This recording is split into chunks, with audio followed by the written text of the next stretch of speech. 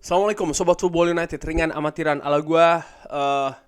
Erik ten Hag memberikan konferensi pers sebelum pertandingan di Goodison Park, Liverpool menghadapi tuan rumah Everton. Ada beberapa informasi, gua ambil sumbernya dari Manchester Evening News. Konferensi persnya, oke, diartikan dulu satu persatu. Mungkin nanti sambil diberikan komentar singkat secara ringan amatiran. Luke Shaw kembali ke skuad Manchester United untuk menghadapi Everton. Berita yang sangat positif. Erik ten Hag memberikan update dimulai dari Andre Onana ini oke. Dia mengikuti latihan hari ini, dia bagus. Rasmus masih dalam pemulihan akhir, tapi dia ikut latihan, dia menyelesaikannya di luar dan membuat langkah yang sangat bagus, tahapan yang paling sangat bagus juga. Tapi kita harus menunggu sampai besok sebelum kita akan membuat keputusan final. Luke Shaw akan tersedia di hari Ahad. Dia akan berada di squad, tapi Jonny Evans dia masih dalam proses kembali, jadi dia belum siap untuk Everton. Tapi tidak akan lama lagi dia akan bisa bergabung. Wah, ini kabar positif menurut gua, terutama Luke Shaw dan juga Andre Onana. Rasmus Højlund pun tetap punya peluang untuk bermain ketika menghadapi Everton. Ini juga menambah kualitas dan juga kuantitas dari skuad Manchester United itu sendiri. Khusus untuk Luke Shaw ada tambahan terkait dengan Luke Shaw yang akan kembali. Ini merupakan big boost atau dorongan yang sangat besar bagi Manchester United. Erik ten Hag mengatakan Anda bisa menyebutkan banyak hal secara fisik, secara kemampuan teknikal, ini jelas sudah dalam waktu yang sangat lama di musim ini kita tidak memiliki back kiri yang lengkap. Kita sangat senang dia kembali dan dia berharap juga bisa membuat kita lebih stabil. Ya, Luke Shaw bahkan dari musim lalu di mana Manchester United menurut gua secara gemilang mendapatkan trofi, finish 3 besar, kedua final di Europa League juga, kompetisi Eropa, berjalan cukup jauh ya di babak knockout. Luke Shaw jelas memiliki peran yang sangat penting, baik itu di posisi bek kiri dan juga bisa dimainkan sebagai bek tengah. Dan secara keseluruhan menurut gue Luke Shaw ini tampil dengan fantastis. Dia memberikan kontribusi juga yang sangat bagus ya, terutama bagi Manchester United di sisi kiri, baik itu secara bertahan dan juga secara menyerang. Nah, apakah ini akan memberikan perubahan? Gue harapkan jelas akan memberikan perubahan. Manchester United di banyak pertandingan, terutama di sektor bek kiri, seperti yang Erik ten Hag katakan tadi, tidak tampil dengan pemain yang terbaik menurut gue. Memang ada Sergio Reguilon, tapi Sergio Reguilon dengan segala respek, dia bukan pilihan terbaik di sektor kiri. Bahkan memasang Victor Lindelof, bahkan memasang Sofyan Amrabat. Erik ten Hag berusaha untuk menambal sektor kiri ini dengan pemain-pemain yang ada. Dan tentu saja walaupun mereka juga berusaha untuk tampil terbaik, tetap kapasitas yang tertinggi menurut gue berada di pemain yang memang posisi aslinya bek kiri dan juga sudah mengenal Manchester United dengan cukup lama, dan dalam hal ini adalah seorang Luke Shaw. Erik ten Hag juga memberikan perhatiannya ya terkait dengan bisa saja Everton ini kan mereka mendapatkan pengurangan poin 10 terkait dengan pelanggaran financial fair play. Ada kontroversi di sana. Yes, gue tahu hal tersebut dan Erik ten Hag mewaspadai kemungkinan lain dari hukuman ini karena bisa saja membuat Everton akan dalam tanda kutip ngamuk nih ya. Ini selalu tentang kita.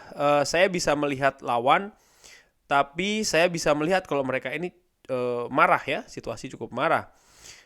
Dan tentu saja ujung-ujungnya ini tentang kita. Kalau mereka ini marah, artinya mereka ingin menunjukkan penampilan yang luar biasa, itu merupakan bahan bakar untuk mereka. Kita harus bisa menyamai standar tersebut. Kalau kita bisa menyamai standar tersebut, kita memiliki peluang yang sangat bagus untuk memenangkan pertandingan. Saya tidak tahu secara detail tentang pengurangan poin, saya tidak memiliki opini terkait tersebut. Saya bisa membayangkan fans Everton pasti akan sangat marah. Kita tidak bisa melakukan banyak hal terkait dengan situasi tersebut. Kita harus bisa menyamai standar mereka ya. Itu salah satu kemungkinan yang bisa saja terjadi dengan Everton. Walaupun kalau gue memperkirakan justru sebaliknya, ini menurut gue secara dengan amatiran, tidak mudah bagi skuad Everton saat ini untuk melalui satu pertandingan ke pertandingan lainnya dengan keadaan yang tidak pasti. Tidak pasti maksud gue begini, tidak pasti apakah mereka bisa selamat dari zona degradasi walaupun pertandingan masih panjang, iya, tapi pengurangan poin ini jelas membuat situasinya tidak nyaman. Mereka yang tadinya mungkin masih punya peluang bahkan untuk finish di posisi yang lebih tinggi ya, di posisi papan tengah. Namun saat ini mereka, faktanya menurut gue, target utamanya adalah bagaimana mereka ini bisa survive di Premier League. Dan itu pun juga bukan merupakan pekerjaan yang mudah karena mereka juga memiliki pesaing yang cukup ketat ya menurut gue secara dengan amatiran, dan bukan tidak mungkin sampai dengan pertandingan akhir di bulan Mei tahun depan ini akan sangat menentukan bagi situasi degradasi ini. Dan ini memberikan banyak sekali kemungkinan di dalam skuad, dalam individu pemain. Ada mungkin mereka yang memang oke, mari kita semangat untuk menyelamatkan Everton. Ada juga mereka yang sudah mulai berpikir nih rencana cadangan untuk lompat ke klub lainnya. Itu juga bisa sangat mungkin terjadi. Erik ten Hag juga memiliki komentar terkait dengan akan ada pekan yang sangat besar bagi Manchester United di mana pertandingan-pertandingan akan sangat berat dan ini sudah semakin dekat. Erik ten Hag mengatakan kalau kita akan berjalan di sebuah pekan ya yang sangat ketat. Kita akan bermain 3 pertandingan di 6 hari. Sebagai sebuah skuad, kita harus bisa mengatasi hal tersebut. Tentu saja kita memiliki sebuah rencana, sebuah strategi untuk hal tersebut. Kita membuat para pemain ini juga tahu ya dan waspada, dan mereka juga harus mengambil tanggung jawab terkait dengan hal tersebut. Secara khusus ini tentang bagaimana bekerja secara bersama-sama ya. Jadwal ketat akan segera datang, di mana jadwal ketat pun juga dengan pertandingan-pertandingan yang berat ya menurut gua. Salah satunya di Istanbul menghadapi tuan rumah Galatasaray. Gua melihat bagaimana ini merupakan semacam ujian bagi skuad Manchester United, terutama dari faktor karakter, dari faktor mental. Bagaimana pemain ini harus siap, harus memberikan segala di atas lapangan ya, menit demi menitnya. Karena situasi Manchester United saat ini belum stabil nih. Dari sisi performa, dari sisi hasil, Manchester United juga bagaimana kedalaman skuad menurut gua masih belum pada situasi yang nyaman ya. Sehingga para pemain ini secara teknis juga menurut gue memiliki banyak keterbatasan. Dan seperti olahraga lain ya, bagaimana faktor karakter mental dari atlet itu juga sangat menentukan di dalam pertandingan dan bahkan hasil. Dan ini menurut gue yang harus ditunjukkan oleh para pemain Manchester United. Manchester United ini merupakan tim yang memiliki performa paling bagus di 5 pertandingan terakhir kan di Premier League. Erik ten Hag mengatakan kalau kita akan berjalan memasuki bulan yang sangat besar. Kita sangat-sangat menantikan hal tersebut dan juga percaya diri. Di dalam Premier League semuanya ini ingin menang dari semuanya juga ya, dari tim lainnya. Tidak ada pertandingan yang mudah dan ya setiap tim pasti akan kehilangan poin. Tapi dalam 5 pertandingan terakhir kita memenangkan 4 dan itu memberikan percaya diri untuk pertandingan selanjutnya. Tentang situasi kalau Manchester United bisa membalikkan keadaan, tentu saja kita telah melihat sebuah titik balik. Kita telah melihat bagaimana kita mengatasi dengan situasi tertentu. Kita telah membangun ya fondasi dan sekarang kita harus membangun bangunan lagi di atasnya. Nah, yang menarik, Erik ten Hag juga memberikan kabar terakhir terkait dengan Rafael Varane. Nah, ini menarik ya. Erik ten Hag mengatakan Rafael Varane. Saya tidak tahu sebenarnya pertanyaan tentang Rafael Varane ini ya. Apa yang Anda bicarakan? Ini rumor sangat penting. Rafael Varane merupakan pemain yang sangat penting. Tapi tentu saja ada kompetisi internal. Dan itu harusnya yang terjadi di sebuah klub yang besar seperti kita. Dan ketika Anda memutuskan di dua pemain yang sangat brilian ya, Rafael Varane dan juga Harry Maguire, Anda juga harus membuat pilihan terkait dengan posisi tersebut. Ya, ada banyak pemberitaan ya kan terkait dengan Rafael Varane yang begini dan begitu. Menurut Erik ten Hag ini hanya rumor dan ini merupakan murni kompetisi internal seperti juga yang dilakukan oleh Erik ten Hag di beberapa posisi lainnya. Dan menurut gua ya kalau Erik ten Hag mengatakan demikian ya mungkin itulah yang terjadi. Dan menurut gua melihat memang ada penurunan sih penampilan dari seorang Rafael Varane ya. Oke, Erik ten Hag tidak begitu khawatir terkait dengan kurangnya gol yang dicetak oleh Manchester United. Saya sangat percaya diri kalau kita akan mencapai sebuah poin. Para pemain kita ini bisa mencetak gol. Mereka telah menunjukkan hal itu. Marcus Rashford telah menunjukkannya musim lalu. Højlund sudah menunjukkannya di Champions League. Pemain kita ini mampu dan akan datang satu titik di mana ya itu akan terjadi.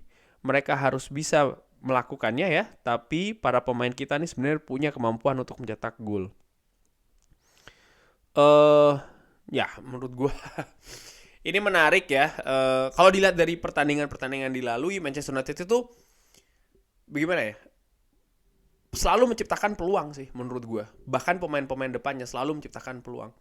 Ini tentang bagaimana mereka bisa tajam di depan. Mereka bisa memaksimalkan peluang-peluang itu. Rasmus Højlund ketika menghadapi Luton hampir mencetak gol di menit-menit awal pertandingan ya kan. Artinya peluang itu ada, hanya saja ketajaman itu yang harus dihadirkan dan mungkin juga dengan sedikit keberuntungan.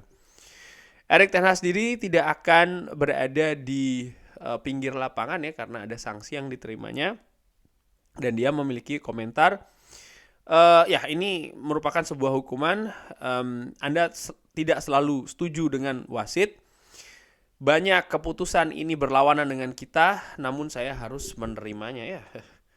Memang keputusan dari FA sendiri juga menurut gue banyak yang aneh-aneh di pertandingan yang Manchester United lakukan. Dan menurut gue Erik ten Hag pun mungkin juga gregetan ya. Dia juga mungkin melakukan protes yang sangat keras karena kita saja juga bisa melihat ya kan banyak sekali hal yang tanda tanya besar di pertandingan-pertandingan yang Manchester United lalui terkait dengan keputusan. Jadi bahkan keputusan itu juga menentukan bukan cuma jalannya pertandingan tapi juga hasil dari pertandingan itu sendiri sehingga